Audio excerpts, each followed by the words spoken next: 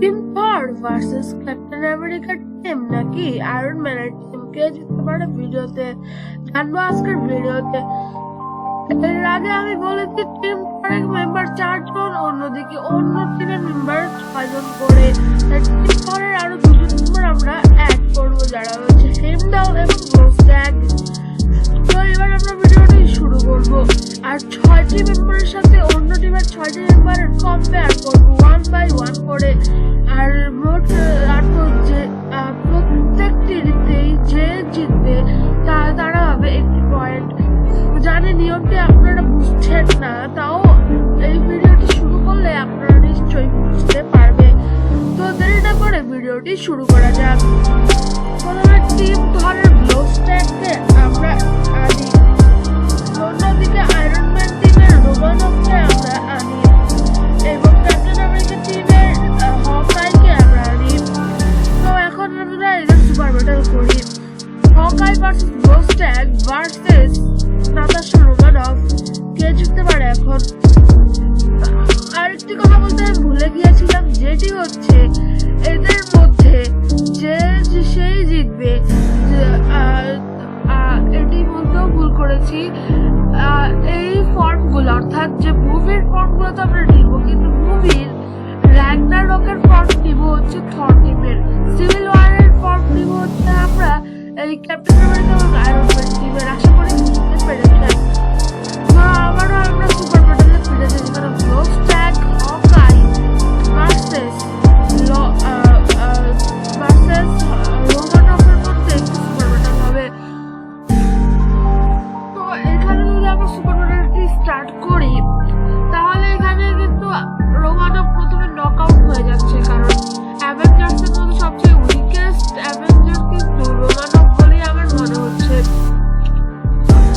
এখন যদি আমরা সুপার ব্যাটল করাই হকাই ভার্সেস রোস্ট্যাগের, তাহলে এখানে রোস্ট্যাগের জিতার চান্স বেশি হবে, কারণ এক গার্ডের অস্ত্র অবশ্যই এক লিস্ট হকাইয়ের তীরের চেয়ে ভালো হবে।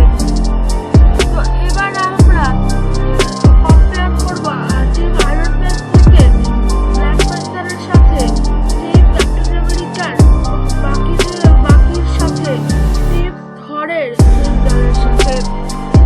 তো এবার আমরা যদি এদের মধ্যে সুপার ব্যাটল করাই, তাহলে ব্ল্যাক প্যান্থার কিন্তু অলমোস্ট সিভিল ওয়ারে মেরে ফেলতে নিয়েছিল বাকিকে, এর জন্য এখন বাকি এদিকে প্রথমে ছিটকে গিয়েছে। এখন যদি আমরা হেমডাল ভার্সেস ব্ল্যাক প্যান্থারের মধ্যে সুপার ব্যাটল করাই, তাহলে আমি বলে নিই হেমডালের যে তলোয়ারটি আছে সেটি কিন্তু অ্যাজ গার্ডের অনেক শক্তিশালী তলোয়ার, যেটি বাইফ্রস্ট খুলতে ব্যবহৃত হয়।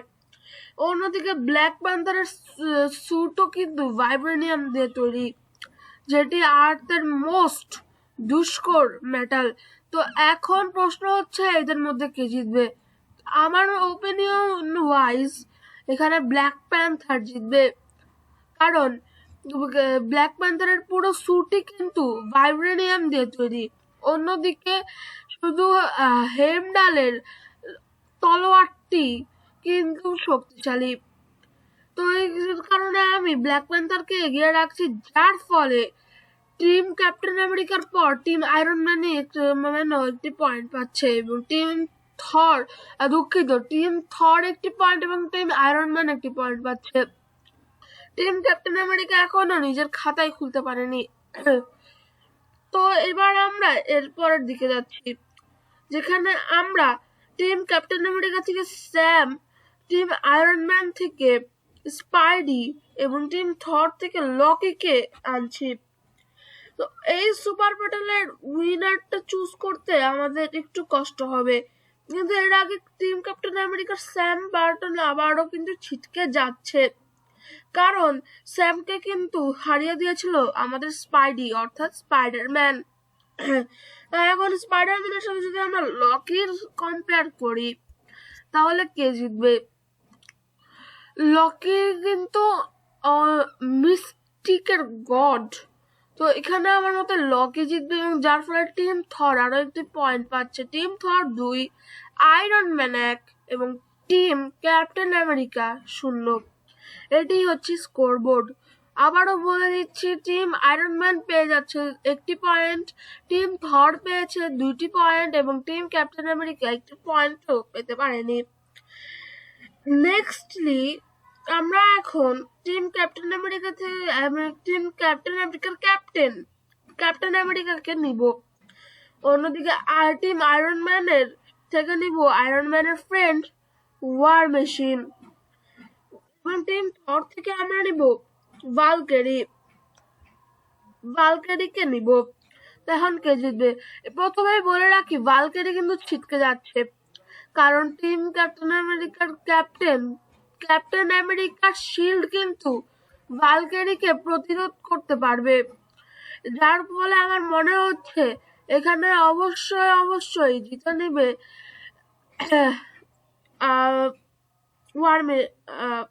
Captain America. তো এখন ওয়ার মেশিন আর ক্যাপ্টেন আমেরিকার কম্পেয়ার করি। ওয়ার মেশিন আর ক্যাপ্টেন আমেরিকা কম্পেয়ার করলে ওয়ার মেশিন জিতবে, কারণ আয়রন ম্যান আর তার মধ্যে খুব বেশি ডিফারেন্স নেই। আর যেহেতু সে এই মেশিনগুলো চালাতে পারে, তাই সে অনেক ভালো করেই পারে। তো আমার মতে এই ব্যাটেলের উইনার দুজনকে দেওয়া উচিত, কারণ ক্যাপ্টেন আমেরিকাও কিন্তু অনেক অনেক টাফ একটা ব্যাটেল দিতে পারবে।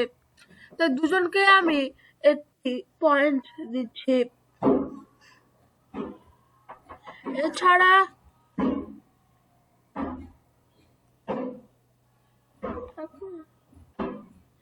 এছাড়া আমরা আর টিম ক্যাপ্টেন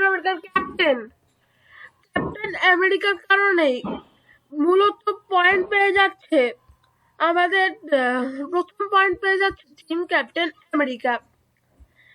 তো এখন আবার স্কোর বোর্ডের দিকে তাকাই।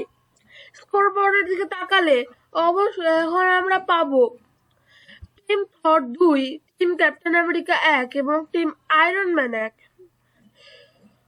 তো এরপরের দিকে আমরা আগাই, যেখানে Hulk versus Iron Man versus অ্যান্টম্যানের মধ্যে খেলা হবে। তো প্রথমে আমি বলে নিই, যেহেতু এখানে আয়রন ম্যান কিন্তু হাল্ককে হারাতে পারবে, কারণ মার্ক 50 যে কিরকম স্যুট সেটা আমরা অনেক ভালো করে জানি।